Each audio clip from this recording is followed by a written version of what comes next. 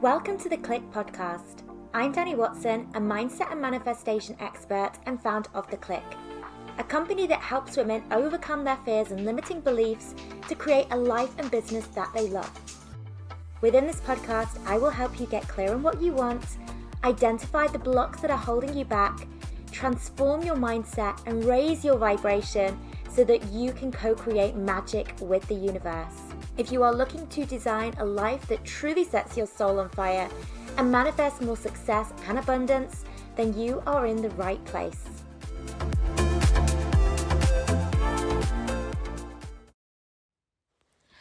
Hello ladies, happy Monday. Welcome to a brand new week.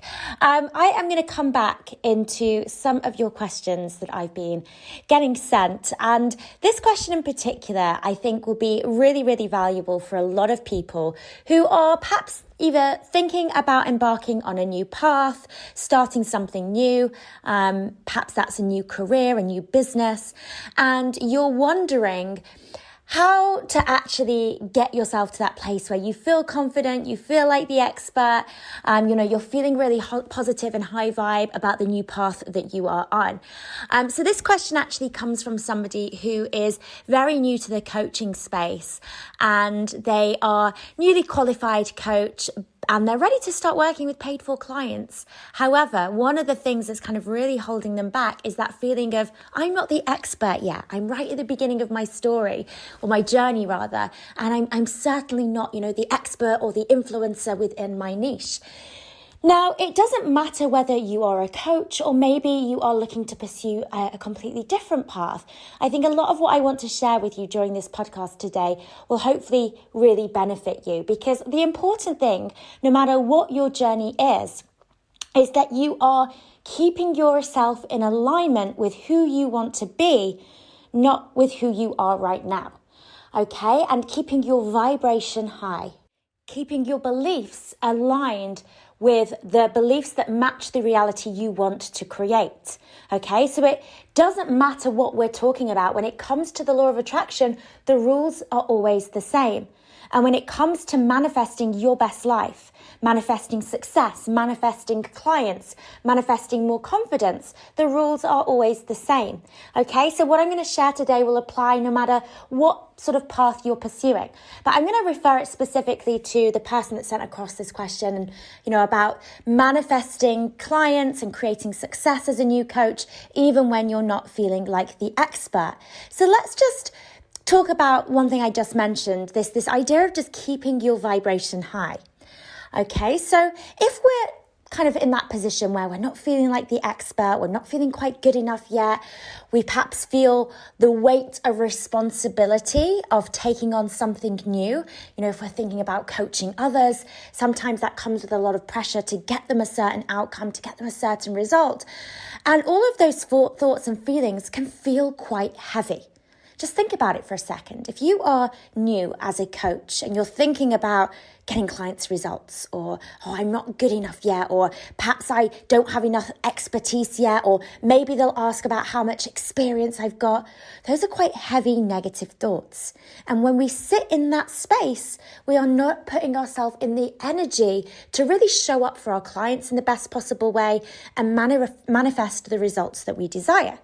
So we need to shift our perspective, okay, from seeing the beginner as something negative to actually seeing it as a positive thing, okay? And so something that I find really helps is to actually just embrace the concept of being the beginner. Allow yourself to have fun in being the beginner. Allow yourself to make mistakes and to get things wrong and to stumble along the way. That is the beauty of being the beginner.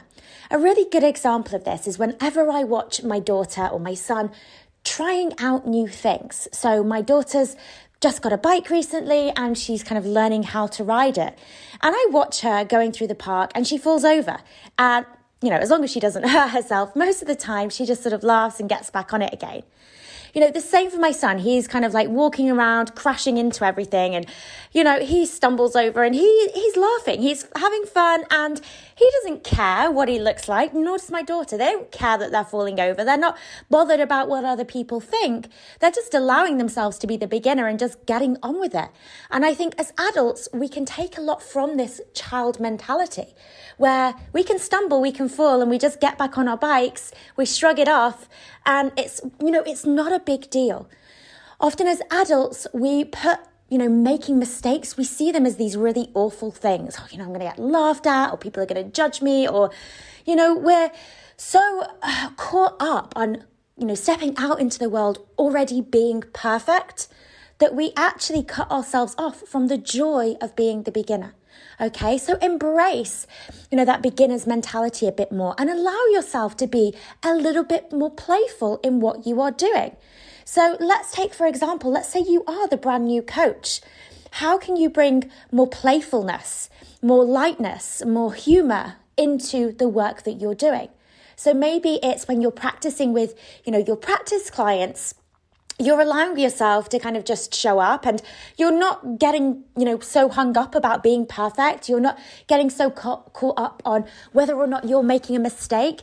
You're just accepting yourself where you are on your journey right now with the skills that you have, and you're trusting that will be enough. And if something does go completely wrong, the world is not going to end. So stop seeing mistakes as these things that are so catastrophic and your life is going to end for one tiny hiccup. Because if you come into things with that mentality, you zap away the joy from everything and you definitely lower your vibration. Even when it comes to real paying clients, again, sometimes we feel that pressure of responsibility and burden of, I've got to get a certain result. But when we have that kind of pressure upon us, actually it causes us to show up in perhaps not as a powerful way.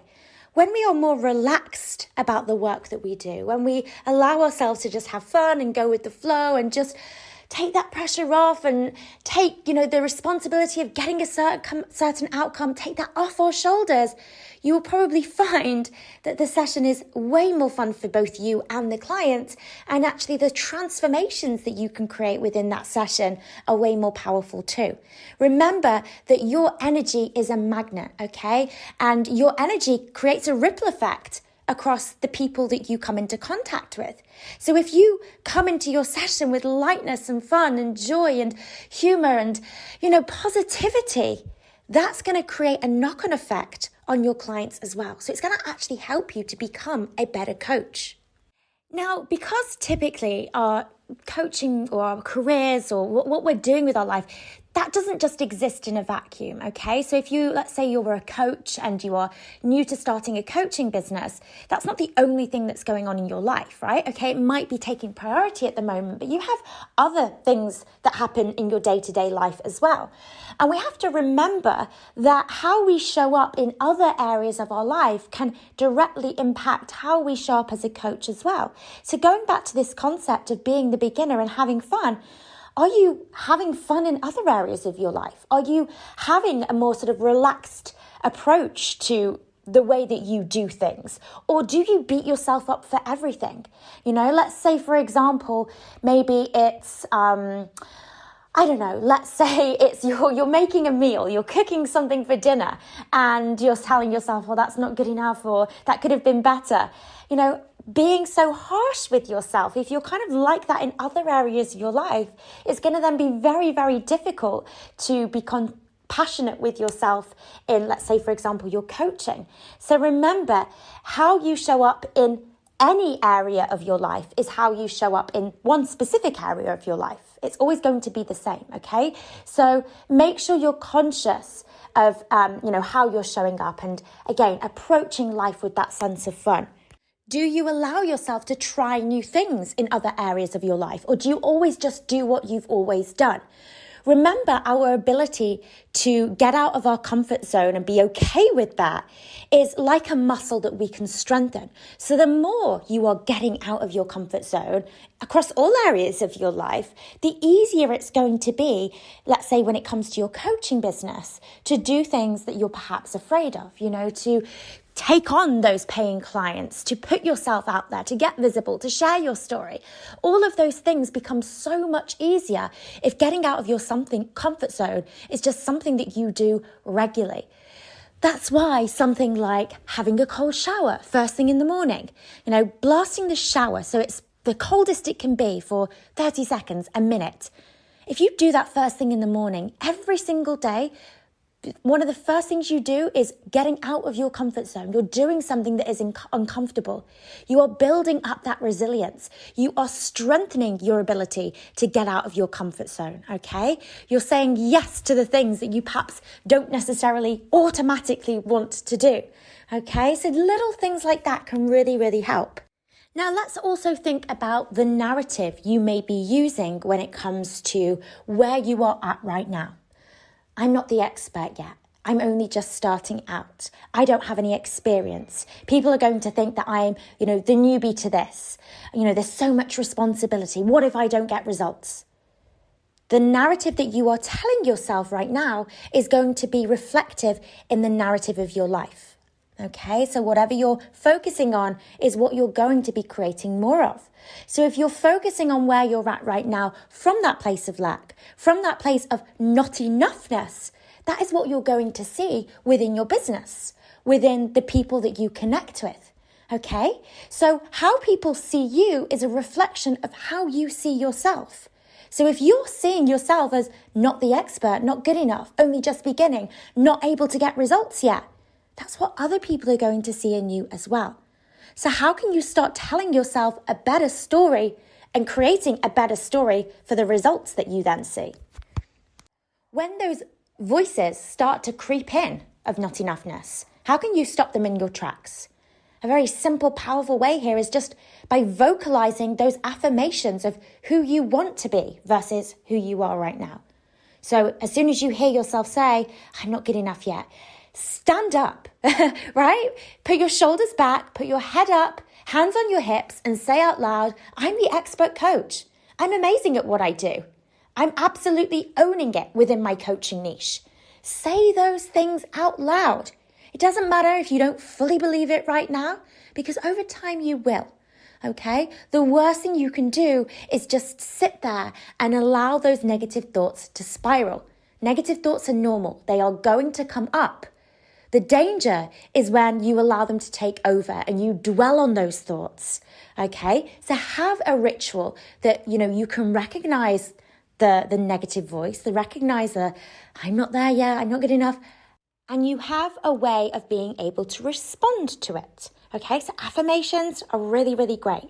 What else can you do? Maybe it's just taking a couple of minutes to imagine yourself as that super successful, super influential coach or whatever it is you're wanting to become.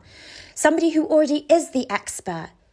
Can you tap into that within your mind's eye vividly? Okay, so taking a couple of minutes just to really live in a scenario where you are that expert.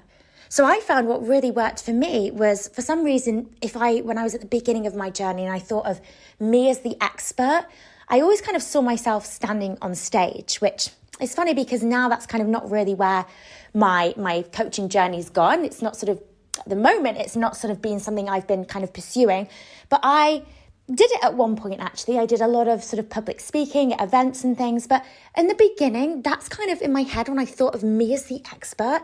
That's who I saw myself as, standing on stage, delivering a really powerful, TED talk or, really powerful speech where everybody in the room was captivated, where they were smiling, where after the talk, they'd come up to me and thank me for my wisdom. And, that's kind of how I saw myself as that expert coach. What is the event or scenario that you kind of resonate with when you think of you as the expert? So maybe it is, being on stage. Maybe it's you having a book launch for your book, right? And everybody comes and you are signing your book. Maybe you are connecting with somebody else within the industry that's super influential. So maybe you're being interviewed on, a really influential podcast. Maybe you see your article or your face in a magazine. Like, what is that thing for you that signals the epitome of expertise within your industry? okay? And focus on that sort of scenario. But the idea is that whenever those thoughts do creep in, you've got something to switch to distract yourself away from what's going on right now and where you're at right now, and project yourself into that future version of you. Okay? And that's how we get ourselves energetically into alignment with who we're becoming versus who we are right now. When it comes to your business, like, how are you talking about your business? If somebody says to you, how's your business going? Do you say, oh, well, I'm just starting out and, I've not really got clients yet, and, focusing on where you feel like you are lacking? Or do you talk about all of the amazing things that you're doing? And this is the thing, again, it's focusing on things from that place of abundance rather than from that place of lack. Oh my goodness, my business is doing incredibly well. I've attracted so many more people into my audience this week. I have been putting out some amazing content that people have really been resonating with. I'm starting to build up this tribe of people who absolutely love what I do. People are starting to connect with me online. I am starting to feel more confident within myself. I'm getting amazing results within my coaching sessions. Maybe they're practice sessions, it doesn't matter. Focusing on where you are already delivering excellence. Okay, so again, focusing on things from that place of abundance. When we think about our lack of experience when starting something new, something that I like to remind our students is that actually, as you step into this industry, you're learning a lot of new skills, but you're also bringing with you a lot of experiences, qualities, personality traits that are really going to support you in your new path. So indeed, actually, whilst it may feel like you are the newbie, this is something that you've perhaps been preparing for a very, very long time. A lot of the skills that are required as a coach are actually things that people have perhaps been building on or perhaps have innately within them already. And so thinking of yourself as already coming into this role as already the expert, you've already been, in perhaps a coaching role previously, even if you've not been getting paid for it. Okay, so think about your sort of personality traits. Maybe it's your intuition. Maybe it's your ability to listen to others. Maybe it's your self-compassion, your compassion for others. What is it about you that before you stepped into this industry made you feel that I would be great for this? Start focusing on all of the things that you have already within you rather than the things that you lack. It's also helpful to adopt a growth mindset as well. So a growth mindset is kind of recognizing where you are at right now, but rather than seeing that as a limitation, kind of focusing on how things are getting better and better and better. So rather than kind of thinking, oh, well, I'm just the newbie coach right now, it's like every single day is an opportunity for me to learn and get better. Every single day I'm becoming more confident. It's so exciting to be progressing on this journey. It's so exciting to see myself blossom and grow. It's so exciting to learn new things and to gradually develop my skills. Again, so just changing how you are talking about your current situation, seeing things in a more positive way. Now, I definitely couldn't have created an episode about being the newbie without talking a little bit about comparison, because often the voice of not enoughness screams the loudest when we are comparing our journey to somebody else's. So making the mistake of comparing your chapter 1 to somebody else's chapter 10 is fatal because you're always looking at yourself from I'm there, I'm here, they're there, and they're so far removed from where I am. Can I ever get there? Or why would anybody ever hire me when there's so many other coaches out there that are hugely successful, that have all of this experience? Why would somebody ever hire me? Start paying attention as to when that comparison starts to kick in. Okay? Now, there's two sides of approaching this when it comes to comparison. So some are all in favor of owning your triggers, okay? So rather than just cutting yourself off from the noise, really facing up to what is going on for you in that moment.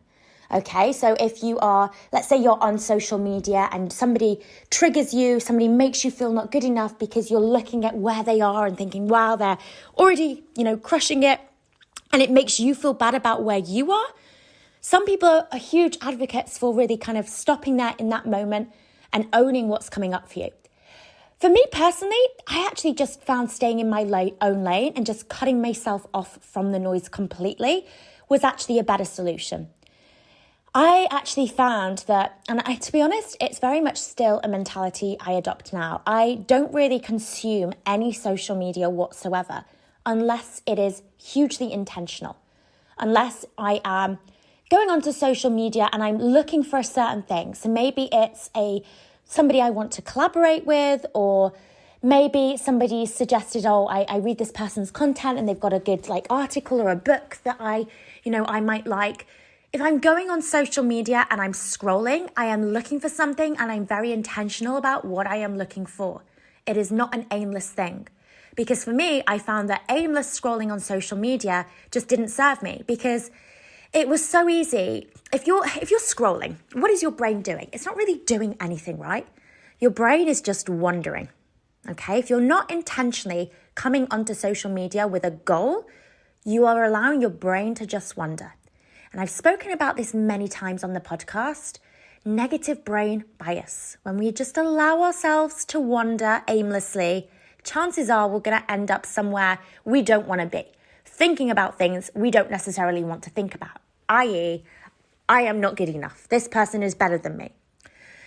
So for me, I found just being super, super intentional about how I put myself on social media and, what I'm doing on that platform really, really helped. It just cut myself off from the noise, and it just meant there was no opportunities for me to compare. Okay. And so, if I am not kind of aimlessly scrolling and I'm not seeing what other people are doing, I have just got more energy to just focus on my own thing. And I found for me that really, really helped. But as I mentioned, other people are more sort of advocates for, rather than just cutting yourself off from the noise, to actually owning up to your triggers, which there's definitely going to be times when you are going to need this, because sometimes that comparison trap is unavoidable. So maybe you do have to be on social media for a certain reason and something pops up that you just didn't want to see, or maybe you're at an event and you meet somebody, or maybe one of your friends starts talking about somebody else that's doing something amazing, and that opportunity, or not opportunity, but that point of comparison comes up when you start feeling like you're judging yourself against somebody else. When that can't be avoided, we need to have a way to be able to deal with that in the moment and actually face up to our triggers. And something that's really interesting is the things that we often, not when we're jealous of somebody else, but when we see sort of a difference between who we are and who somebody else is, it's often because what they are doing and what they've created it's often what we are meant to be doing as well. The fact that there is an emotional response there, it's because where they are right now is where we are meant to be. It's where we are destined to be. Let's just think about this for a second. Let's say you've got no interest whatsoever in running. Let's say it's just not in your radar. Don't care about running. You're not a runner. Don't really care about it. And then you bump into somebody who is an amazing runner. They've run marathons, ultra marathons. They're super successful at it. It doesn't bother you. They're better at you at running, yet that doesn't affect you at all. Why is that? Because you are not meant to be a runner. That is not your path. That is not your destiny. That is not your purpose. Okay? So there is no sort of emotional connection there. But let's compare that when what somebody else is hugely successful in is something that you are meant to be doing as well. You have that emotional response. So you almost want to see that emotional response as a good thing, okay? It's a sign that you are on the right path. You're doing what you're meant to do because you are bothered that there are people out there. There's something within you that, is triggered when you see somebody out there being successful. What they are creating is what you are destined to create as well. It doesn't matter that you're not there yet. You are perhaps just on the beginning of your path. but everything that they are doing is available to you as well. Put yourself in their shoes where they were perhaps 5 years ago, 10 years ago. And just think for a second that they were probably experiencing all of the same things that you are experiencing right now. That feeling of being the beginner. Okay? Those feelings aren't going to last forever. Okay? And to be honest, they're always going to creep in every now and again. Do you think the person that's been running their business for 10 years never has that feeling of doubt, never has that feeling of not good enough? They're going to creep in because it's a part of being human. It's something that we have to learn to live with. Okay, as long as it's not derailing us, it is going to come up. We're not robots. We're meant to feel things. We're meant to be responding to what's going on around us. For somebody that's been in for business for 10 years, they're probably comparing themselves to somebody that's been in business for 30 years. Okay, there's always going to be somebody who has more success than you, more money than you. Okay, so we can't really avoid that, but it's just making sure that we have ways to respond to it in the moment that aren't going to keep us playing small, okay? We don't need to play small because we feel like other people out there are playing big and succeeding at it, okay? So when you do find yourself comparing yourself and you're kind of beating yourself up for doing that, again, change the narrative. It's a good thing that I'm feeling triggered in this way because it means that I'm on the right path. Even though I've got these feelings of I'm not good enough, I'm not there yet, this is a really, really good sign from the universe that I'm doing what I meant to do. Okay, and I have to remind myself in this moment that it's okay to kind of have these feelings. And it's okay that there's other people out there that are better than me or doing more than me or have more experience than me. I'm on my own path and I trust that every single day I'm getting better. And I have absolutely got it within me to be where they are right now. So that other successful coach that I'm seeing online, I have everything within me right now to get to where they are. Because I wouldn't have been on this path. I wouldn't have been on this path if it wasn't meant for me. If I didn't have these feelings that I'm feeling right now, it would mean that this path wasn't meant for me. So be thankful that I'm being triggered. Be thankful that I am being shown what is possible. Allow yourself to see other people's success as evidence of what is possible for me as well. Okay? You can absolutely do this. Remember to always try and bring the narrative back to what you have versus what you lack. So it's fine if you find yourself comparing, but don't allow yourself to get carried away with those negative thoughts. Bring it back to what you have. Bring it back to focusing on you and where you're at from that place of abundance. I can get there as well because I have all of these qualities. I can achieve that kind of success too because I am X, Y, and Z. I am committed. I am committed to improving every day. And I know that this is what I'm meant to be doing. Remind yourself of all the reasons why this is going to work out rather than focusing on, where you're at right now and again from that place of lack. So I could probably go on and on and on and on this subject, but hopefully that's given you some thoughts, food for thought rather, and some guidance to get you started. But the other question actually that was sent across along with this question was about what my life looks like now versus, when I first started out as a coach and what my daily routines look like. I'm glad this question came up because it's something I'm hoping it's going to kick my butt into gear to start doing video again. Because I really wanted to start doing more video on YouTube this year. And one of the things that I wanted to do is an updated routine video where I go into my daily routine and my rituals and what that looks like. Life was a little bit chaotic last year, so 2021. Getting any sort of routine in place was very, very challenging. Not just because of having 2 children, there was lots of other stuff going on in my life as well. But I've definitely got more into my swing again more recently. And yeah, I thought it'd be really, really useful to share how I show up as a mother, as a business owner, as a coach, and kind of the routines that really help support me in fulfilling all of those roles. So I want to do a video on that, and as soon as I do, I will let you guys know. But keep your questions coming. I love getting your messages on Instagram. Honestly, it's so nice to hear from you ladies that reach out and share how much you're enjoying this podcast. So it means the world to me. So keep on saying hello. You can find me at Dani_Watson_coaching. Come and say hi there on Instagram. I will catch you next week, ladies. Lots of love. If you're wanting to build your own successful online coaching business, make sure to check out Freedom, Abundance and Impact, our free 10-day business and mindset course for coaches and aspiring coaches. To access, simply head to wearetheclique.com and click free course in the menu.